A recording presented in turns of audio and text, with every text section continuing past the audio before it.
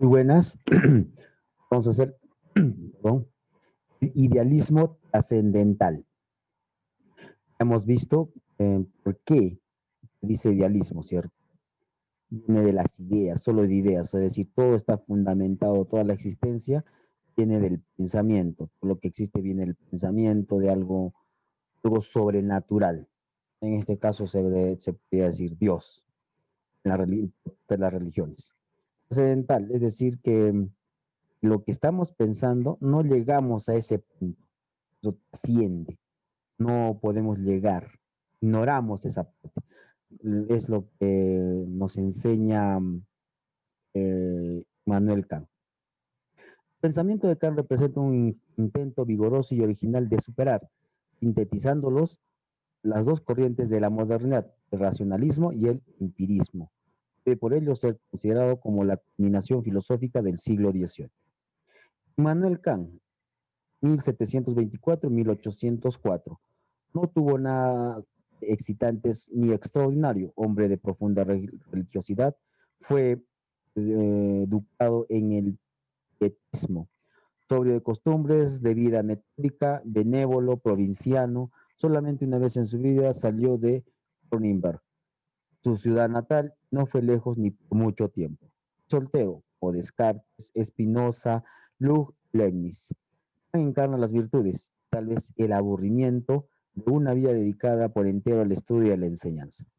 Profundamente incluido en las ideas de ilustración, Kant profesó una simpatía profunda por los ideales de la Revolución Francesa. Fue un pacifista convencido, antimilitarista, ajeno a toda forma de patriotismo excluyente. Las obras de Kant suelen distribuirse en tres periodos, que usualmente se denominan crítico, crítico, postcrítico. El primero corresponde a su filosofía dogmática, su aceptación de la metafísica racionalista. Ya vimos también qué significa metafísica.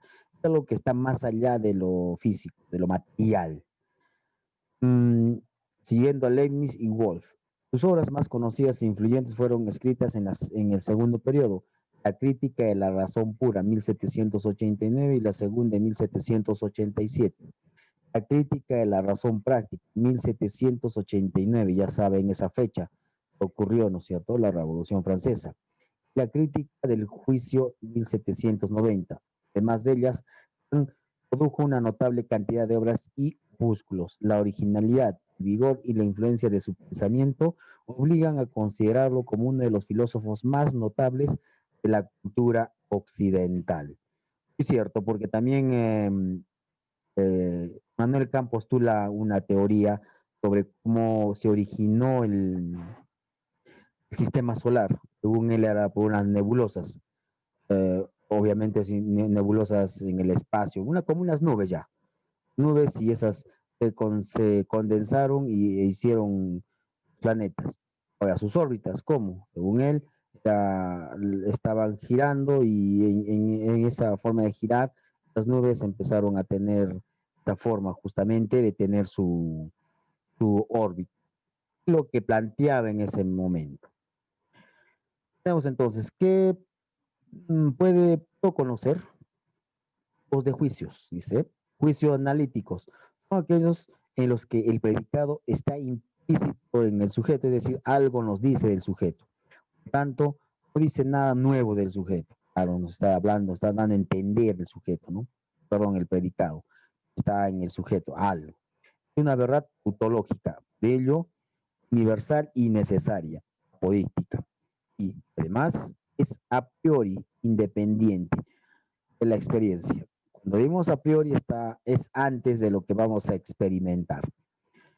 Esto se expresa en lógica y la matemática.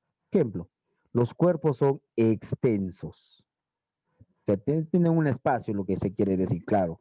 Los cuerpos, cuando hablamos ya de cuerpos, entonces tienen un espacio, tienen que tener extensión. Por eso dice, lleva algo implícito en el sujeto. ¿Se dan cuenta? Acá tenemos. El triángulo tiene tres lados, acá es el predicado. Tiene tres lados. El sujeto nos está diciendo, porque nosotros ya tenemos ese conocimiento, ¿cierto? El triángulo, cuando hablamos de triángulo, obviamente tiene tres lados. Vamos a hablar de escribir más cosas todavía.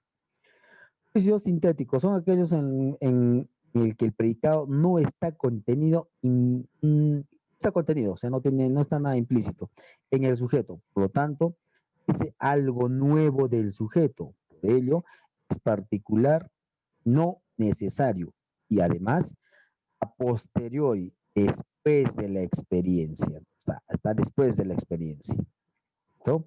Esto está antes, por eso es que se le ha dicho que es independiente. Está antes, entonces es independiente. En cambio, acá, después de la experiencia, primero tenemos que ver, ¿no? Vamos a ver. La calor, de ejemplo, la calor dilata los cuerpos. No, porque es que ahora sí podemos decir, porque ya ha habido unos estudios y ya sabemos, pero antes no se sabía, entonces tenía que tener experiencia de hacer estudios para saber que la calor dilataba los cuerpos. Los cuerpos son pesados también. Son, de alguna forma teníamos algún conocimiento, pero hemos tenido que experimentar. Juicios sintéticos a priori. O sea, la ciencia nos dice. Todos los juicios de las ciencias, pues son universales, necesarios y aportan conocimiento. Podemos verlos en las matemáticas, en la física, en la metafísica, menos según su fin. La metafísica busca algo moral, por eso es una forma también que enseña, buscar algo en el interior del hombre. Ejemplo, nos dice 7 más 5, 12. Es una ciencia, claro, es la parte de las matemáticas. La línea es la recta más corta de entre dos puntos. Entre todas las modificaciones del mundo corporal permanece invariable la cantidad de materia.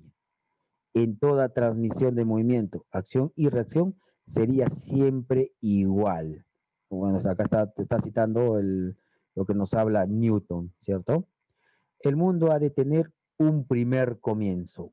Listo. Por eso también se le nota, él habla algo así como siguiendo a Santo Tomás de Aquino. Recuerden que él decía sobre el primer motor, era Dios, ¿no? Origen del conocimiento. Acá el origen del conocimiento está en la sensibilidad y el entendimiento. Muy bien, por eso es que se le llama idealismo. Porque la sensibilidad es parte de lo que en nuestro cerebro, de nuestras ideas. La sensación solamente es un ayuda a que se forjen nuestras ideas. Nada más, como un eslabón, la sensación. Eso es que se le dice que es un idealista. Perdón, un idealista, pues, ¿no? Es parte del idealismo, la filosofía idealista. Señala que es necesario conocer la cosa en sí. Es interesante esta forma, este concepto de decir de cosa en sí. Él dice, claro, nos dice que es necesario, sin embargo, no llegamos a conocer la cosa en sí.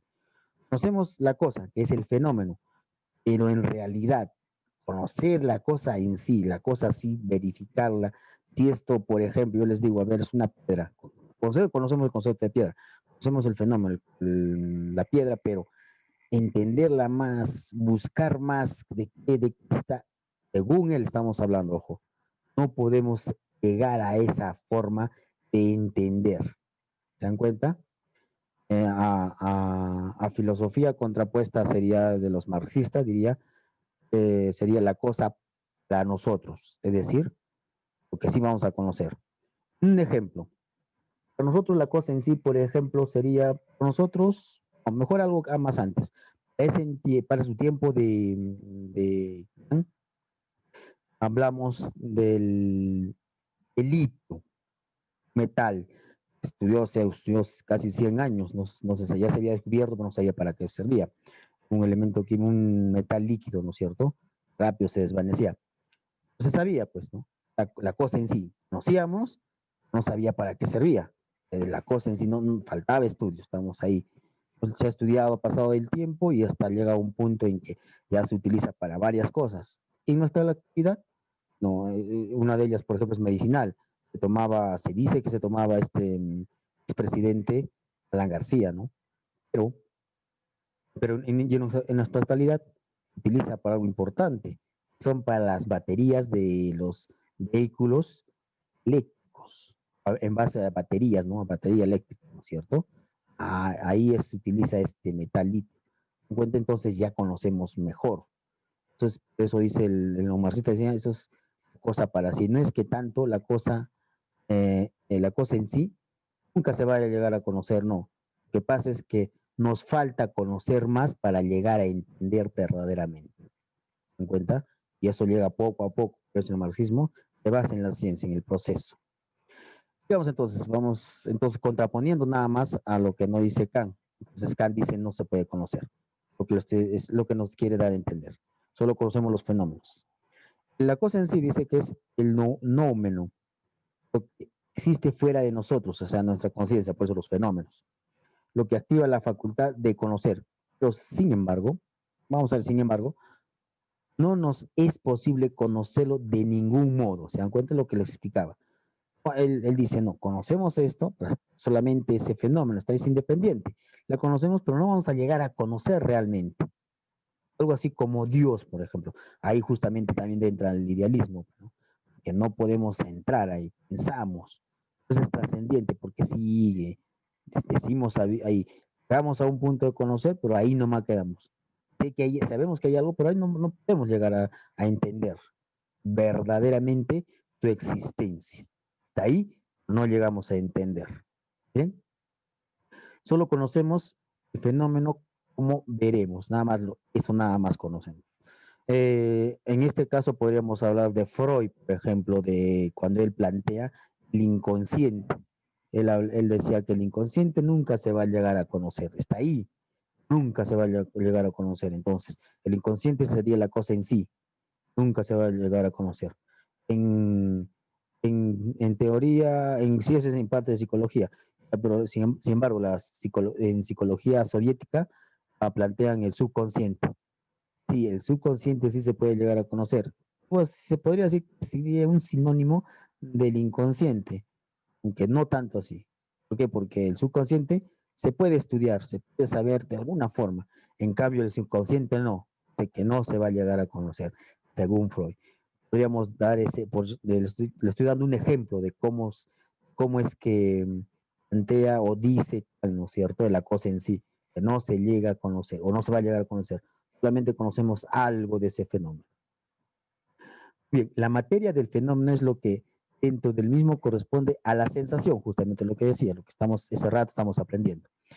Y la forma del fenómeno corresponde al espacio y el tiempo, lo que está dispuesto a priori en el psiquismo, lo que estamos viendo nada más. Los objetos nos vienen dados mediante la sensibilidad, nada más, y ella es la única que nos suministra sus intenciones, o sea, solo, por eso se avala solo a eso. En medio del entendimiento, los objetos son, en cambio, pensados, por eso se llama idealista. Solamente es un producto de nuestro pensamiento. Nos ayuda solamente, nada más es la sensibilidad, o sea, conocer esos fenómenos, intención según él, y entender. Pero el pensamiento, pero eso es producto del pensamiento. Él posee los conceptos. Entonces, ¿qué nos dice? La razón. El pensamiento humano, la razón, estamos hablando ahora de la razón, se limita desde el punto de vista cognoscitivo, o sea, del conocimiento, el horizonte de la experiencia. Todo eso tenemos que tener experiencia para poder conocer algo. Sin embargo, posee una tendencia natural irrefrenable ir más allá de la experiencia, que responde a la necesidad y experiencia del espíritu y a una exigencia forma parte de la naturaleza misma del hombre en cuanto hombre. Por eso se le llama trascendental. ¿Por qué? Porque no solamente debemos ir a la experiencia, sino ir más allá de lo que nos da la experiencia. Por ello, tenemos una necesidad del espíritu. Por eso es idealismo trascendental, se va más allá de esa experiencia. ¿Y dónde llega? Al espíritu, a la idea. Esa idea, por eso es que trasciende. Apenas se aventura el hombre fuera del marco de la experiencia posible, el espíritu humano cree totalmente en el oro. Esas ilusiones y estos errores en los que cae el espíritu humano cuando va más allá de la experiencia, tiene una lógica específica, es decir, son una clase de errores que no pueden ser cometidos. Entonces dice, son una clase de errores que no pueden ser cometidos. Algo así como em, al llegar nosotros a estos niveles, o es decir, no trasciende el espíritu humano, obviamente más allá de la experiencia, eh, no se debería llegar a esos errores, porque ya es absoluto, pero no se puede llegar. Siempre hay esos errores, ¿no es cierto? Debería cometerse esos errores, pero sigue habiendo errores, entonces eso es que no se llega a la cosa en sí. Conocemos solo los fenómenos, pero seguimos viendo errores, entonces hay algo más, entonces no vamos a llegar a la verdad absoluta, entonces en todo caso. Diferencia del marxismo que dice que sí, llegamos a la verdad absoluta. Hay que tener en cuenta esto, con más adelante yo les voy a explicar que realmente llegamos a algo absoluto. Claro que es efímero, relativo. ¿No? Hemos de lado todavía eso y sigamos. Las ideas de la razón van más allá de la experiencia en el mundo, sus antinomias son el alma Dios. Por eso es idealista, estos dos, dice, el alma y Dios son los que van más allá de la razón, más allá de la experiencia, ¿no? En el mundo. ¿Qué debemos hacer? Kant sostiene que, aparte de ver una razón teórica, hay una razón práctica, capaz de determinar la voluntad y la acción moral. Es algo muy importante donde Kant también él da su perspectiva fundamentada, la voluntad, es decir, la ética. ¿Listo? Aquí se expresan principios morales, prácticos, válidos para todos. Son determinaciones generales de la voluntad, de los que dependen numerosas reglas prácticas particulares. Es decir, se juntan para hacer una ética general. Los principios prácticos se dividen en máximas, subjetivo e imperativos, objetivos. Los primeros son válidos solo para los que los sostienen, subjetivo, por eso es de cada uno. Se aplican a los sujetos individuales que se los pone a sí mismo. Ejemplo, véngate de todas las ofensas que recibas. Eso es subjetivo, de cada persona. Por su parte, los imperativos son objetivos, con mandatos, deberes, reglas. Pueden ser categóricos e hipotéticos. Estos últimos pueden ser de habilidad o de prudencia. Habilidad conducen a alcanzar fines técnicos como los siguientes. Si quieres aprobar el curso, debes estudiar. Objetivo. Si quieres tener una vejez segura, debes ahorrar. Los de prudencia o sagacidad llevan a la felicidad. Pueden ser los siguientes. Sé cortés con los demás. Trata de hacer querer. No bebas en exceso. Los imperativos éticos tienen la siguiente forma. Si quieres X, debes hacer Y. Son condicionales y se expresan una relación de medios. Tiene como fuente la experiencia. Nosotros los imperativos categóricos son los morales, son universales, necesarios y autónomos, válidos incondicionalmente y formales. Eso es que se plantea que es también idealista, dice él. La moral son universales, necesarios y autónomos. No, no, no están, o sea, existen en la sociedad, porque la sociedad las está dando, sino eso ya viene, es independiente lo que está, lo de las circunstancias que están sucediendo. Son deberes, leyes, es como la voluntad, es buena, tienen la forma, debes o no debes hacer que. Acá el bien es la buena voluntad, es decir, cuando está dispuesto a cumplir el deber por el deber mismo.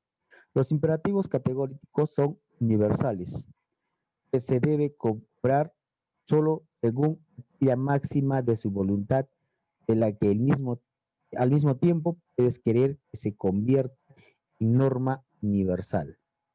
También expresan un fin en sí mismo, valor absoluto. Obra de modo que en cada paso te valgas de la humanidad, tanto en su persona como en la persona de todo otro, siempre con un fin en sí mismo, nunca como un medio. De ahí, nace también, por ejemplo, el humanismo. A esto hace referencia, es uno de los que hace también tapia al humanismo.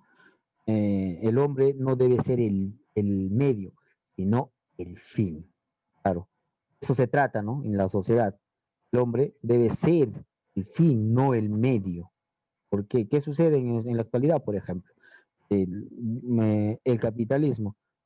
¿Qué hace del humano? Pues del obrero en todo caso, el trabajador. Él es un medio, no es un fin. ¿Por qué? Porque utiliza al obrero para enriquecerse. No le interesa cómo viva.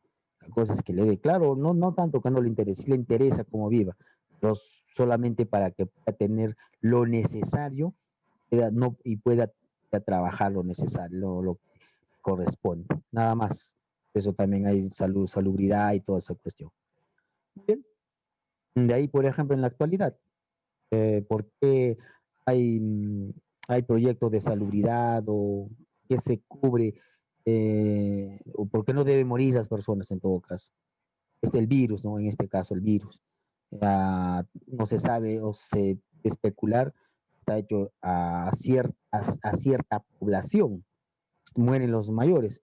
En el 2008, la presidenta del Fondo Monetario Internacional, que siendo también ya de tercera edad, dice, muchos ancianos. O sea, ¿qué uno deduce de ahí? Muchos ancianos. Sucede justamente esto. Está ocurriendo acá a nivel mundial, la pandemia. ¿Qué? Se está gastando dinero, ellos quieren más dinero, entonces la humanidad para ellos solamente es un medio, no es un fin. ¿Mm? Muy bien, ejemplos tenemos: no suicidarse, cumplir con las promesas, ayudar al prójimo, no matarás, honrar a tus padres.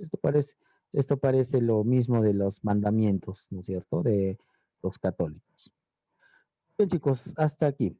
Entonces dice, recuerda, Kant, los valores morales son leyes universales, debemos cumplir. Muy bien. También es importante leer un poco Kant, que ya algunos ya superan esta forma, ¿no? Ya siguen, tratan de ver diferente visión. Muy bien, ya saben cómo se hacen estas actividades que van a estar en el formulario. Bien, chau, chau, cuídense.